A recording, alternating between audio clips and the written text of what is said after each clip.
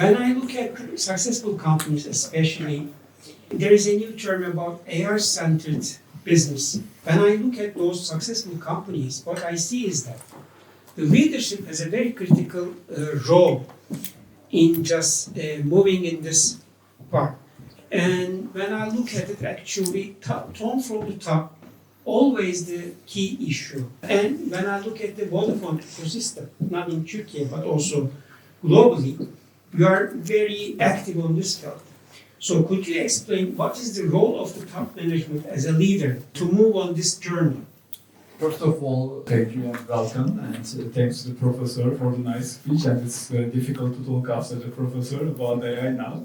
But let me give you some examples of how we brought it to life in the Vodafone and what I think is the role of the management here. First, it is really now, it's not, of course it's a technology, but it's not a technology layer anymore. It is like the nervous system of the company. So it is now how we decide, it changed the way we decide. The professor gave the examples. I give my example. For example, in our infrastructure network, the base station, the dirty, before, of course, I'm not a very deep expert of those technical areas. And I used to ask my colleagues if something happens, so what is the technical? Now, first thing I do is I ask the AI, and then, of course, I double check it, or I talk to the AI as well, because now it changes the decision-making processes in the company as well. It shortens the time, but also it brings some risks as well. So I believe we have to, first of all, that is maybe sad to say, but still I have seen many examples from the companies that are afraid of AI. They talk more about the risk more than the opportunities. Or people in the company believes in AI, but the top management doesn't make it a priority. So they are more skeptical about it. So I think first of all, top down we need to say, okay, this is our nervous system, and we need to set three things. The first one is the ambition. So in everything we do, we say, okay, sometimes people ask questions about, for example, how you manage stress. And I always say, we are surrounded by very smart people in our organizations, and we have many of them. Probably they will solve the problem. And if they don't, that means that the problem is probably unsolvable, or it is out of our control, because we have hundreds of smart people. And when it comes to AI, it is the same. AI can solve any problem today. We have to think like this, even if it's not 100% true. I think we have to set our mindset accordingly. And we need to think AI can solve any issue, and we need to set our ambitions accordingly. So it's not like a cost-saving program that we target a 1% of improvement in our EBITDA or 2% of revenue increase. It's not like this. We need to be really very ambitious about it. I think this is very important, and we need to, of course, set the rules of it as well. That requires a very good governance, because without any control, and when I say control, it's not really limiting it, but understanding the potential risks that AI brings as well. And also, AI is not free as well. For now, at least, it's not free. So it has cost when integrated to your big models. So it needs to come when you start saying AI can solve everything, and everybody is aware of it and everybody wants to use it, which is the case for our company, and which I am very much proud of it. Now we have a challenge. Only a year ago, we had cases coming from commercial teams, like I would say 10 cases, 15 cases, 20 cases.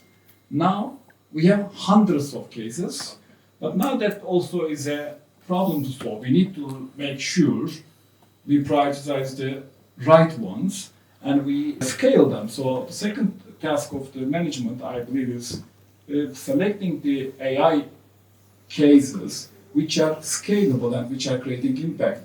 And that comes with only the third one, which is you need to measure the impact. So what is the impact? So people say, I use AI every day. Okay, what do you do? I do this. Okay, what is the impact to the business? Good. And what is the impact to you? I mean, does it really help you, or are you just playing with it? Or are you investing in it, but the return on investment is limited? So we need to measure what we expect, and we need to also make sure we set an ambition, there is a real prioritization, and also there's a measurement of the AI. And I think this is also a capability without any governance, of course, possesses some major risks with AI. For example, today, we are not discussing anymore the predictive AI, let's say the first phase of it. It's already gone. The second phase, you need to build this, of course, one by one. The second phase is the generative AI. Now we are talking about agentic AI. And then when it comes to agentic AI, we have also some concerns. Can we leave our call center completely to agentic AI? We left it today. Our chat assistant is 100% generative AI today. So we use it 100%. So if you open your Vodafone app, if you send a message to our Toby, the chat platform, which more than 7 million customers use every month actively, all the answers you get is AI driven and with a 96% of containment rate, which is like every 100 questions, 96 of them answered correctly. And we want to now convert it to agentic AI. Can we let the AI make an offer to the customer, do everything freely, and also can we remove the voice as well? But then it comes with a reputation risk if AI has some hallucination. So we need to have a good governance on this one as well. But I think to your question, the first thing is the top down. We need to set the right ambition. It is not a slight improvement in the revenues or cost. It is more seeing the potential of it. Secondly, it is more about scaling it, making the right prioritizations. And thirdly, to really having a dashboard of measuring it and really creating this awareness of the impact on the business. Otherwise, there is full awareness of AI. Everybody's talking about it. But if you don't create the right impact, then there is a frustration about it as well. I have seen some examples from some companies. They say, yeah, this AI is something like metaverse. It's very good personally, I use it. But in my company, I didn't see any benefit. Which I don't know why. But if you don't put it in the right cases, and if you don't scale it right, then there is a risk as well. So we need to be conscious of those. Actually, what you said, one thing is very important. Defining the measurement variables is critical to understand the impact. And so one of the things that you need to decide what will be the created value for that process, and then you need to define the measuring items. And try to always measure it so that you could see the benefit. Yeah. And if you're making some mistake, then you need to make a big change in the process. Actually, I would like to come to you, Yılmaz Bey. As he said, actually, one of the key issues is starting the journey. And board is actually the body who directs the management.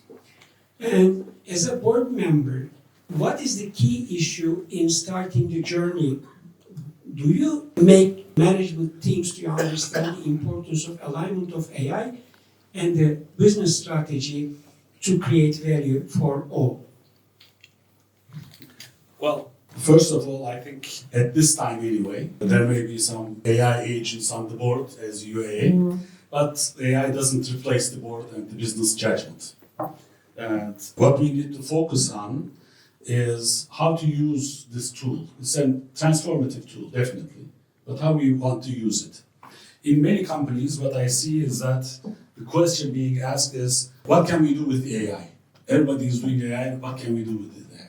I think that's not the right question. I think the right question is, what do we want to do with our company? And how can AI help in that? First, you need to have the strategy. What do you want to do? And then try to utilize the tool to help you with that. However, because of its transformative nature, you have to be very careful about how you utilize it, because even that answering that question is not enough. You need to look at not only the capabilities of AI, but also your infrastructure. What kind of data you have? What kind of tools do you have? Do you have the right investment to be able to utilize it properly? And the culture of the company as well. How well are you aligned with change management? How fast can you change things that the AI is proposing? Can you really manage it? What's the culture? This is why I agree with Engin Bey in that tone at the top is very important, because if there's no belief there, then the implementation of the benefits, potential benefits of AI does not come through. So we require data quality, accessibility, technological infrastructure, internal talent, which means that we have to develop all of these things if they are not there, and organizational talent toward change. If we get all of those right, it is really a transformative tool. This is why some of the startups are doing a much better job of utilizing AI than legacy companies, because it's difficult to change, it is easier to build with a new mentality. It's more difficult to change the old mentality. So what we need to do is we need to identify the interaction between the strategic importance and the readiness of the company. So if you don't evaluate the readiness of the company, you are not going to fail. Also, we don't have to have too many projects, because even managing and overseeing too many projects is difficult as well. Aligning it with strategic incentives or strategic goals helps you focus on the right areas as well. So using this tool for the benefit of the company requires board evaluation, and it is different in different industries as well. Let me give a couple of examples. For example, in the pharmaceutical industry, it is not allowed by regulation to utilize it in some clinical things, okay? If that is the case, and if you still want to utilize AI for the benefit of the company, you have to make sure that the AI you use for the administrative purposes and clinical purposes are separated from each other. What kind of governance do you have? And also, the board needs to focus on what kind of controls are we putting around what we are feeding the AI. For example, when we are evaluating the models that the AI is building, who is evaluating it? Is it the same company? Where the responsibility lies? In many companies, what I see is that AI issues are delegated to IT departments. However, it is not an IT issue. Yes, IT is needed, but it is the responsibility has to be, if we are working on the marketing side, it is the marketing. If it's in the production side, it has to be the production. And there are a number of challenges, some of which Engin has mentioned as well, like scalability and adaptability. How can we adapt versus how can we scale up? If we don't think about those, some of our resources will be wasted and there will be a lot of confusion and actually demotivation as well, because people will work on things, and if they are not scaled, then it doesn't become a part of the company's issue. Experience versus expedience. Yes, we need to make sure that our company people get experience on things, but forcing speed may not be the best thing if the rest of the infrastructure is not there. Supervision versus autonomy. We need to have the right supervision. How are we dealing or improving our internal control systems or internal audit systems to make sure that what we are doing with AI is reviewed properly, ex post basis as well. Retrofit versus re-engineering. Are we doing speeding up what we are already doing, or are we re-engineering for this very high speed tool? Are we reorganizing our organization? These types of questions generally are not asked at the board level. What are we doing? Are we using AI? What benefit we are getting? But it's more than that. Because generally, the board members are quite experienced executives. However, our experience has been built over a large number of years. We have been through lots of departments, lots of companies, and so forth, and we evaluate it as such. With this type of tool, generally, a lot of board members are not experienced with this kind of transformative speed. Okay? So we need to be asking the right questions, not what we are doing, but also how we are doing, how we are providing oversight over what we are doing, and finally, how we are going to be reported by the risks that emerge. Are we aware of the risks that are emerging through the utilization of these tools? There is risk with everything, but we need to make sure that we know about them and we can control that. So the types of questions changes a little bit, and it is not based on our own experience of management, but rather our thoughts, and we have to build our skills as well in terms of building transformative change at a very high speed. This we have not done before, so it requires a different type of outlook for the board members as well. I agree with you. Actually, the ones that are successful in this transition, actually what you said is critical. Align with the strategy, understand the case, and also need to reorganize your processes so that some of them must have human in the loop, some of them may be not human in the loop and autonomous, but needs to be controlled. So this is very significant change for the organization, and board needs to be aware of it and question it in the right manner. David, I would like to come to you. Actually, one of the key issues in this transition for the strategy as well, when we start using the AI tools, actually responsible AI becomes an important issue. Why? This is not only ethical reasons. Ethical reasons are critical, but also there are some risk goes to the legal side as well. And also one other thing is that the governance in this process is not only focused on the organization, but the whole value chain you need to look at it, because you are already using some tools which have been built by others and trained by others. So there may be some biases. As a board chair, let's say, how you could structure your board to follow all these risks and to create some responsible AI environment? Well, you should be answering this one, Yılmaz. Fine. I'll take it. I'm on the other side of the risk pendulum. I ran the risk committee at the Bank of Montreal for 7 years, so I worked with a lot of risk managers for a long time in the banking industry. And it just got more and more complex. So I'm on the side of innovation. Sure, there are risks. I mean, the risk with fire, as I mentioned. But we have unsupervised capital in the venture capital private equity world, which is transforming every industry. It's completely untrammeled and unoccupied in China. And it may end up in India. So the three main centers of innovation in the universe have no boundaries. So fine, be aware of the boundaries in terms of, I think, privacy and social contracts. But I would be pushing my management team very hard. Just get on with it. What are the three main companies that have started in the last 6 months that could impact our business? Do you know? Well, there are going to be at least 3 of them. There could be a dozen. John Deere, who's CEO, and the other point would be, I think I agree, it starts at the top. John Deere's CEO said, when I asked my classes, I said, what does John Deere do? It makes farm equipment. He said, what color is the farm equipment? Anybody know? John Deere? Green. Green, exactly. So we associate it with bending metal and painting it green. He bought a company called Blue River Technology for $275 million about 7 years ago. Blue River Technology has the capacity to analyze whether every corn stalk needs more water, more fertilizer, or more pesticide. Corn stalk by corn stalk. So instead of spraying a field with fertilizer, instead of spraying a field with water or pesticides, you can analyze what each single piece of standing crop needs. That saves something like 80% of your input costs. So he's transformed his company into an agricultural productivity software system that also happens to supply, by the way, the green vehicles that go around.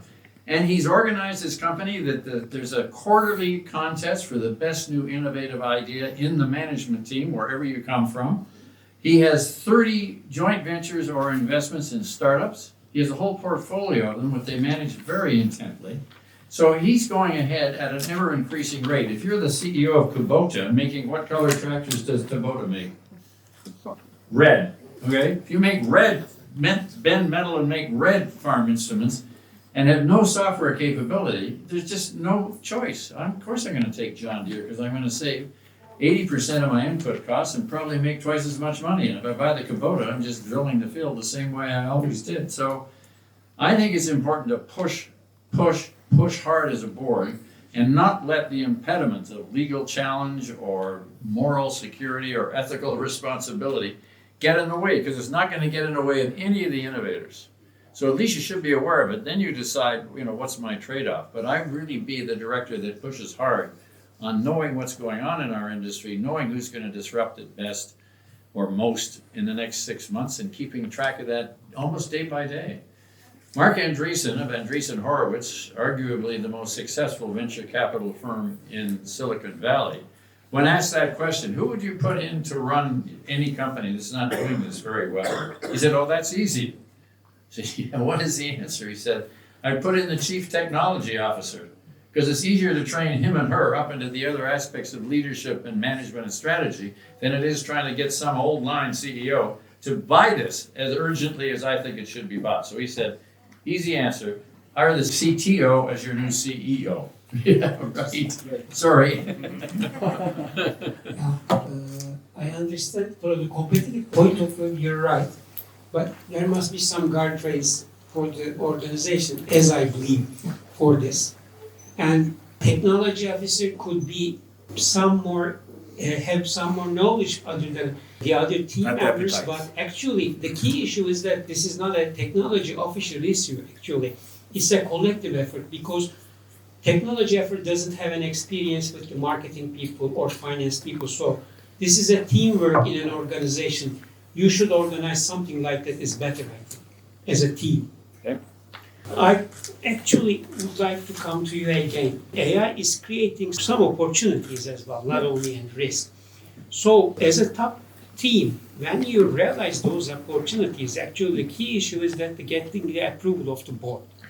How you just bring those issues, include in the board agenda and make them accept those ideas?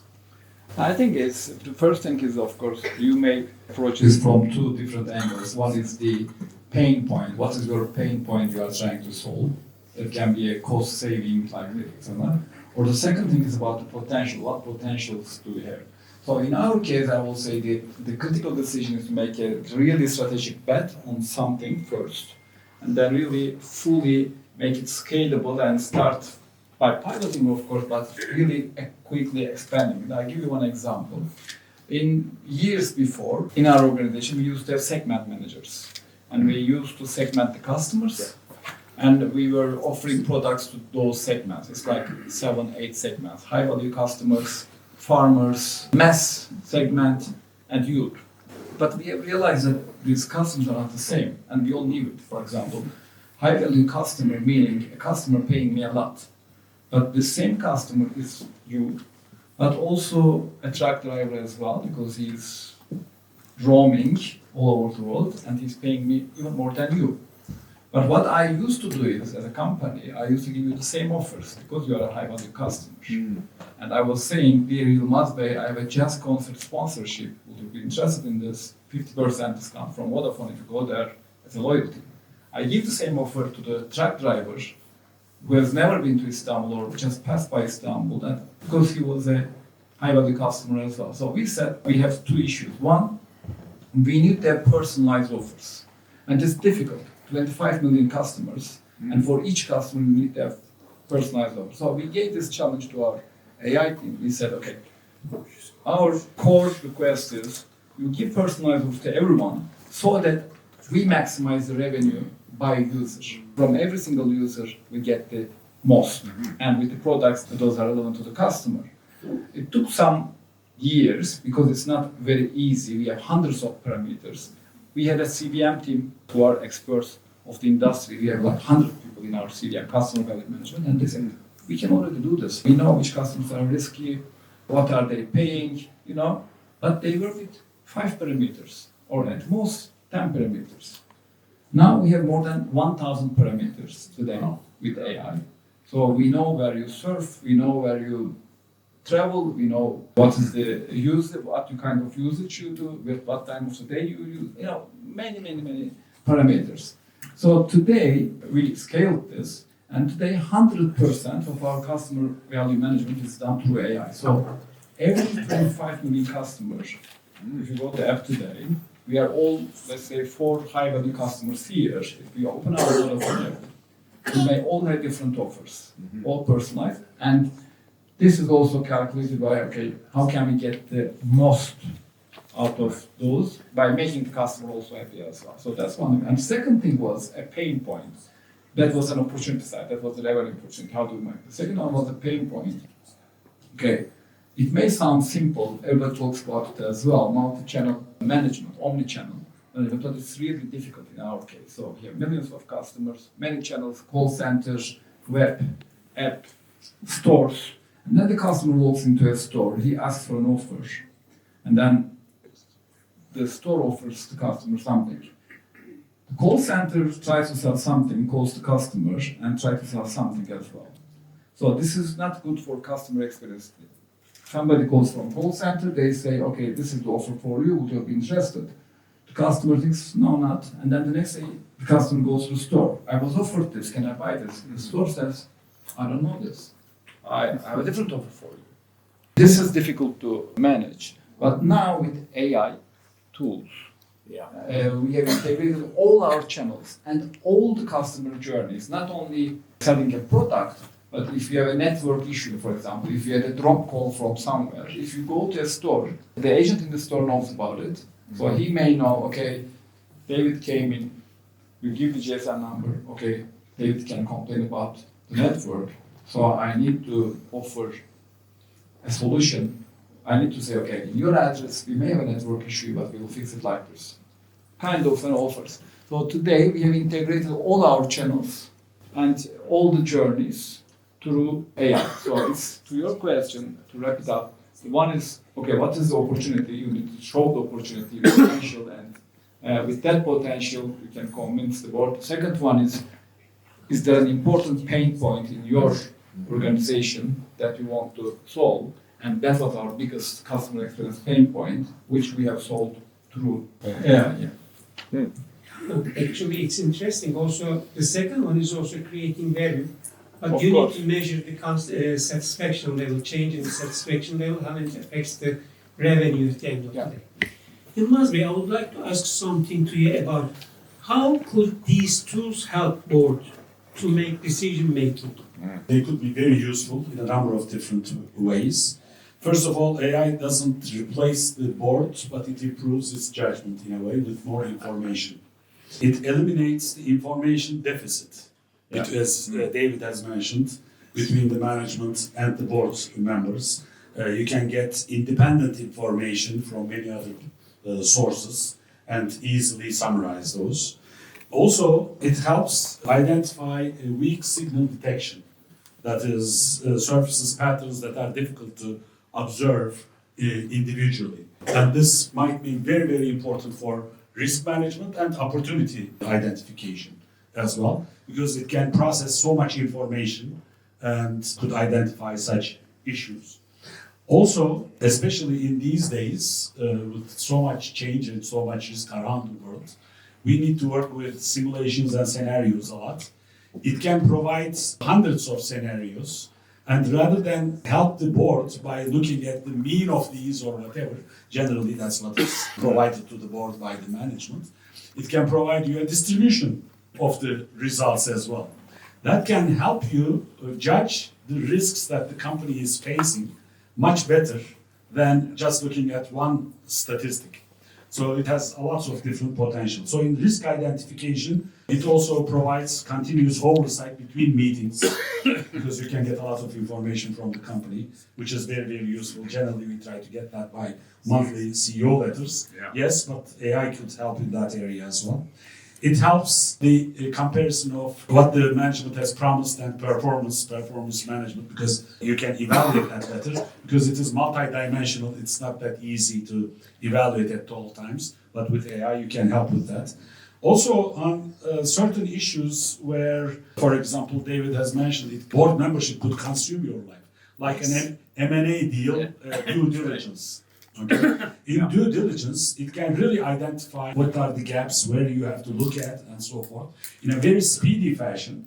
Therefore, it can help you improve the quality of decision making, especially in tough and fast decision making situations.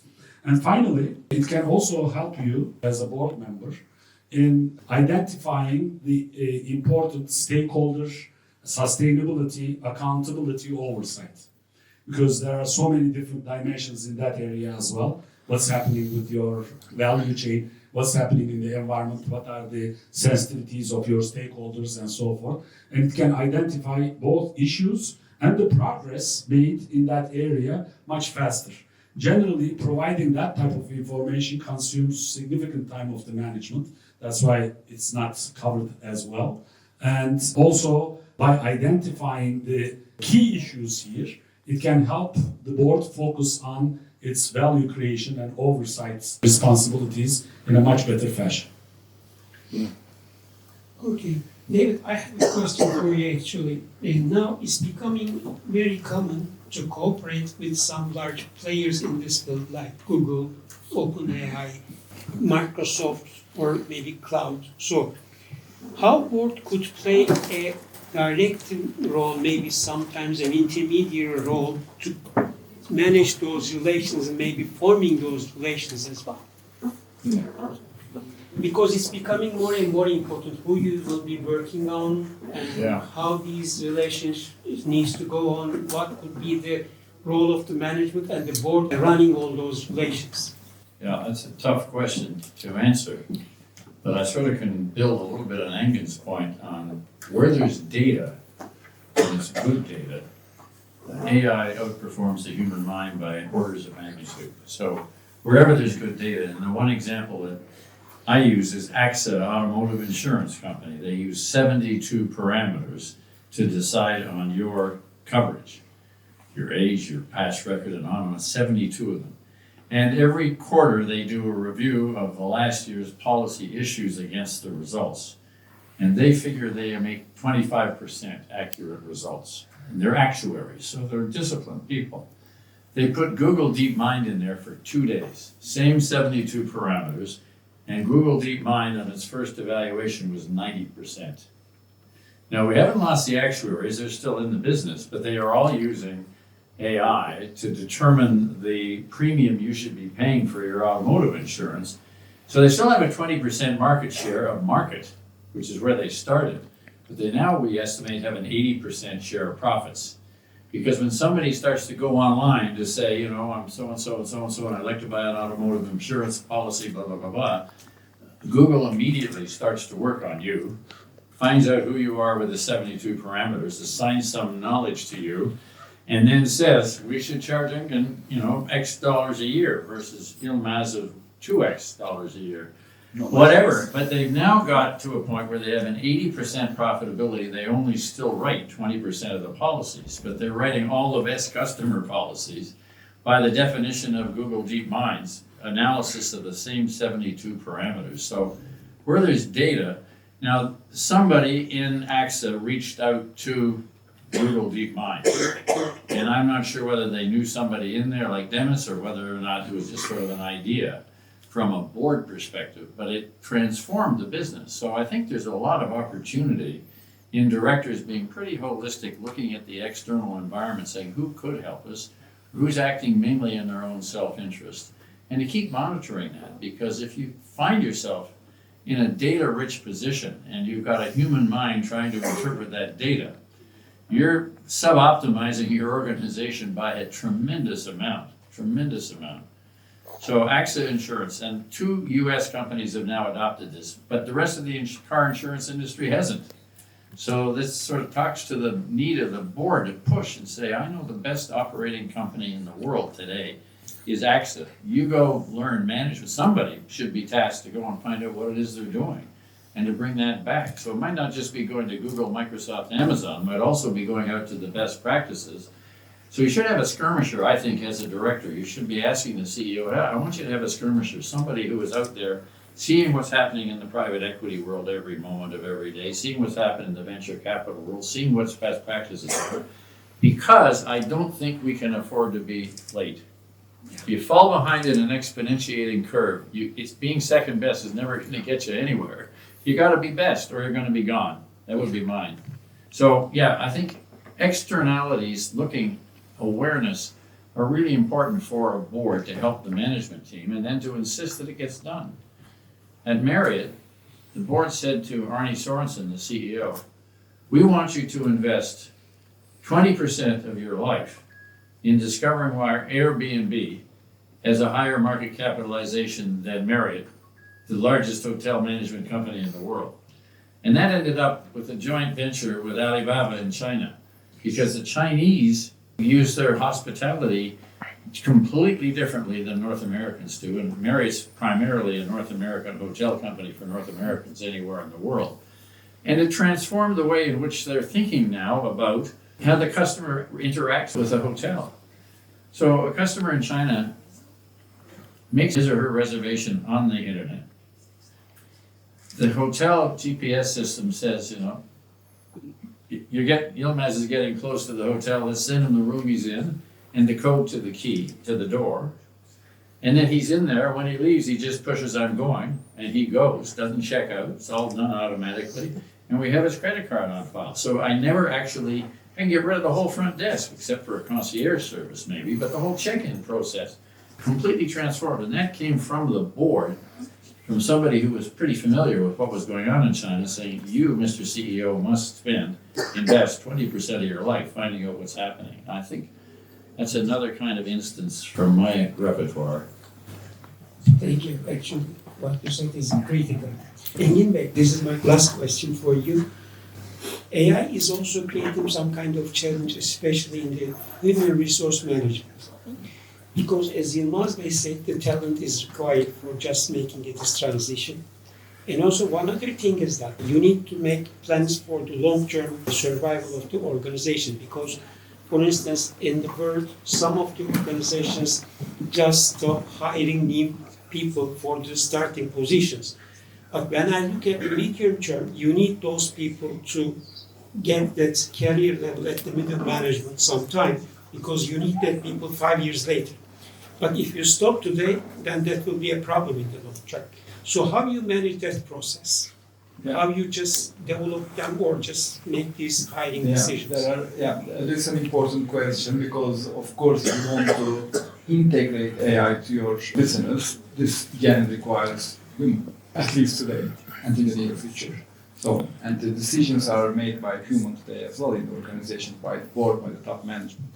So it's important. There are many aspects of this. The first one is agility, learning agility of the organization. In the past, it was the traditional trainings we have. Now it's not only what we know or what we don't know, but it is our how fast we learn and how fast we adapt. So that's very important. So we used their trainings in the past, which were in our website or online, or physical, which lasted for 2 years, 3 years. We had the same training for 2 years, 3 years. Today it's not possible. I was telling Yılmaz, I downloaded some of the AI trainings like 6 months ago. Whenever I have time, I will go through all these trainings. And a few weeks ago, I was just going through them, and some of them are already outdated. Yeah. So it's your learning agility and how you adapt very fast. So this is the role of HR, so to train the organ. The second one is not only training the expert, but you need to create an awareness and a level of AI in a whole organization. Now, today in our organization, we have AI champions in every small function, even in every small function. Whatever you do, there's one AI spokesperson, there's one AI champion who brings the voice of his or her function to the board or to the management or mid-management, whatever level this is, and talks about, okay, those are the things we have to do with AI, and that's what we know, that's what we need. So that's the second thing. So we need to create not only an AI department, but also a full range of people who are champions of AI. I think this is also important. The third part of it is the mentality. So it is, do you want to save cost? Again, this is very important. We have set up our big data team, I think it was like 10 years ago, and we have now a big AI team, more than 60 people. And it was distributed to functions, and the majority of us under commercial functions. Now we have united them. We have a central function, because it's not only serving to one department, but it's serving to many departments. And also we need to do a prioritization of the cases. It needs to be central now. And now we have unified them, and the AI department is reporting directly to me, so that we make the strategic decisions quicker in the company. And here, 5 years ago, we had 3,000 people in our payroll in Vodafone Türkiye. Today, we have 3,000 people in our payroll as well. But 40% of the roles have changed. Wow. Because the skills are different now. The skills unit is different. The CVM skill, as I gave the previous example, our customer value management, they needed to use Excel very well. They needed to. Now it's done through AI. Now what they are doing is really going to field, understanding the requirements, how they should adapt AI to their model. So their skills are changing. So reskilling and upskilling became very critical to the organization. This is one important. And the other one is psychological safety. You go to a back office department, there are 30 people, and they also know they are smart people as well. They know AI can do what they are doing today. And then you tell them, okay, can you use AI, will you integrate AI to them and to your business, to your function? And there's a psychological safety part of it. So you need to manage this carefully and you need to upskill those people. That's how we manage it. So the number of people is not less, but their roles have changed. For example, in 1 year only, the last 1 year, we have outsourced 25% of our coding in IT to AI. But we don't have less coders in the organization. Just our outputs have increased. So it is the mentality as well with the HR. So do we want to reduce the cost or do we want to increase the output? So it's a training part of it, creating the awareness, creating the champions of it. Psychological safety, creating psychological safety, and also upskilling and reskilling. I think those are all equally important.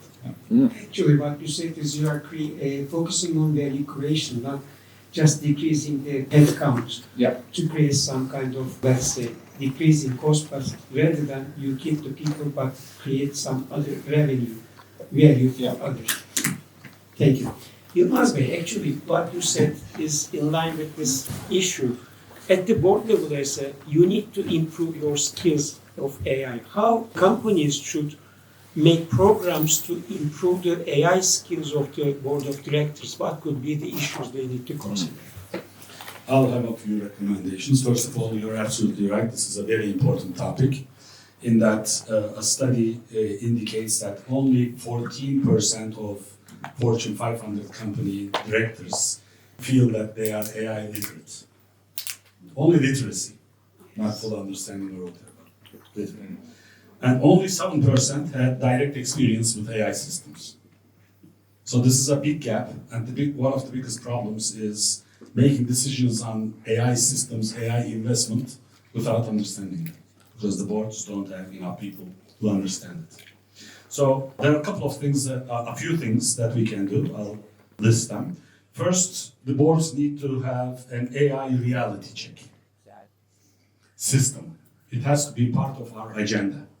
One of the things is, are we going through what David has mentioned, competitive displacement map? What others are doing. Okay? Generally, most board material is related to what we have done last month, what is it against our budget, but we are not looking outside enough.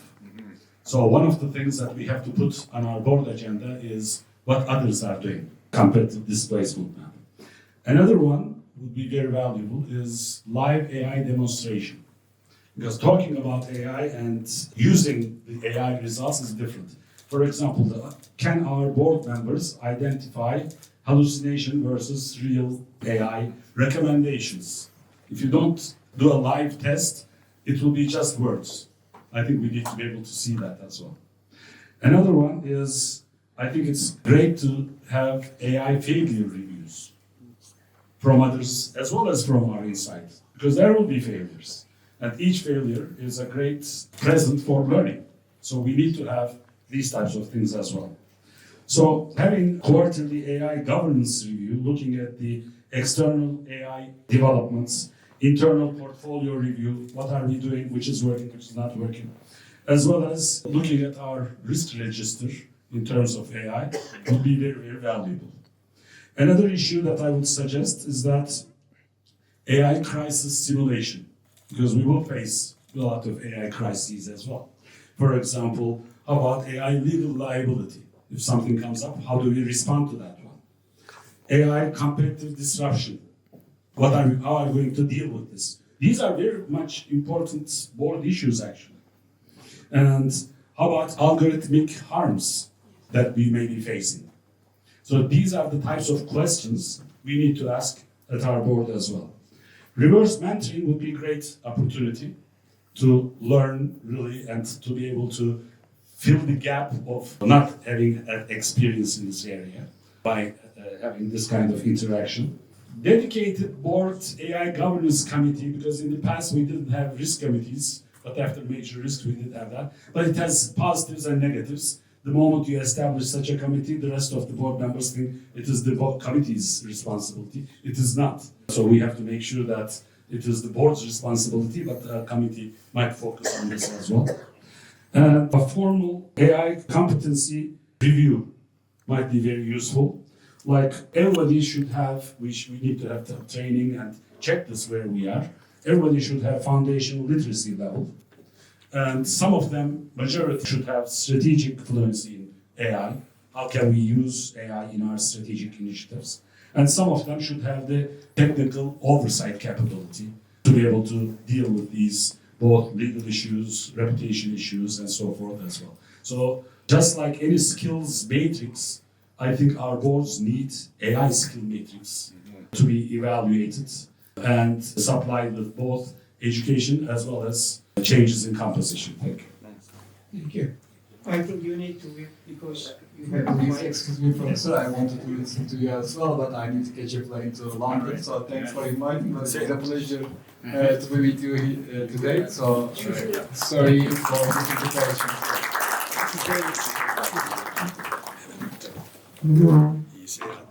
Thank you very much. Pleasure. My pleasure. İyi seyahatler. Yeah, time? Short time. Yeah. My last question is again interesting one. Actually, when businesses start to implement AI solutions, they mostly start with some pain points which are very complex. They are trying to solve them.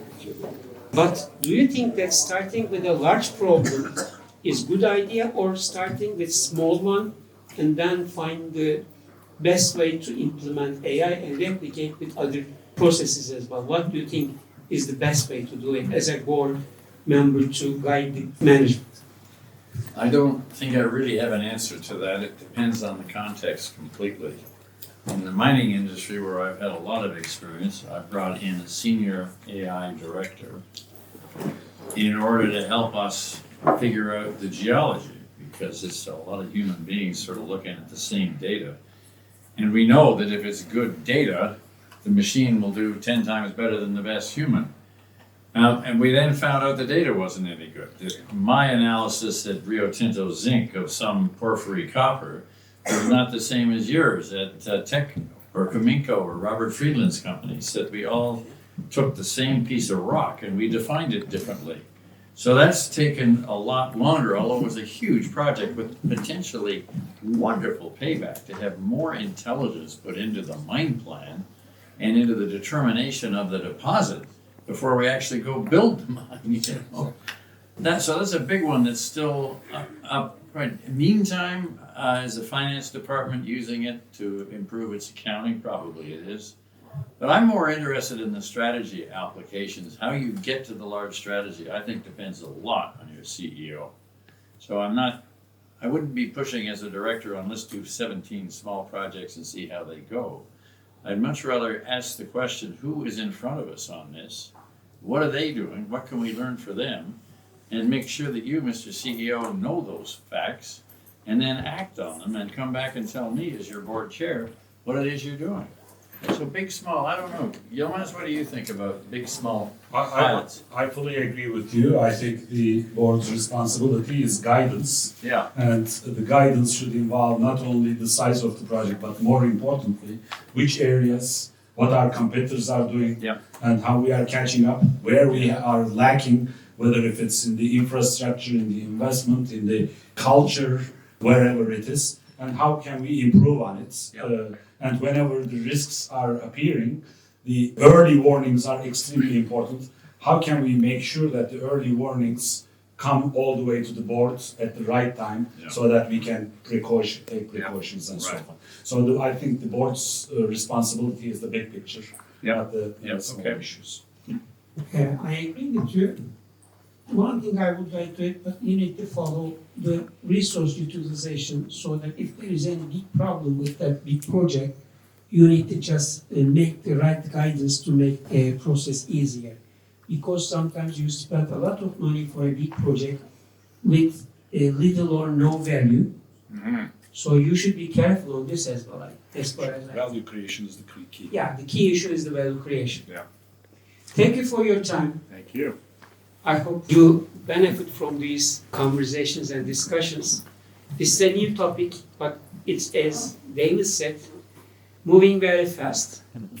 And if somebody just stays back, then they will have some problem in the near future, not in a very long time period, let's say not 10 years, 5 years, but I think it could be 1 or 2 years time, maybe 6 months, I don't know. Thank you for Thank you. your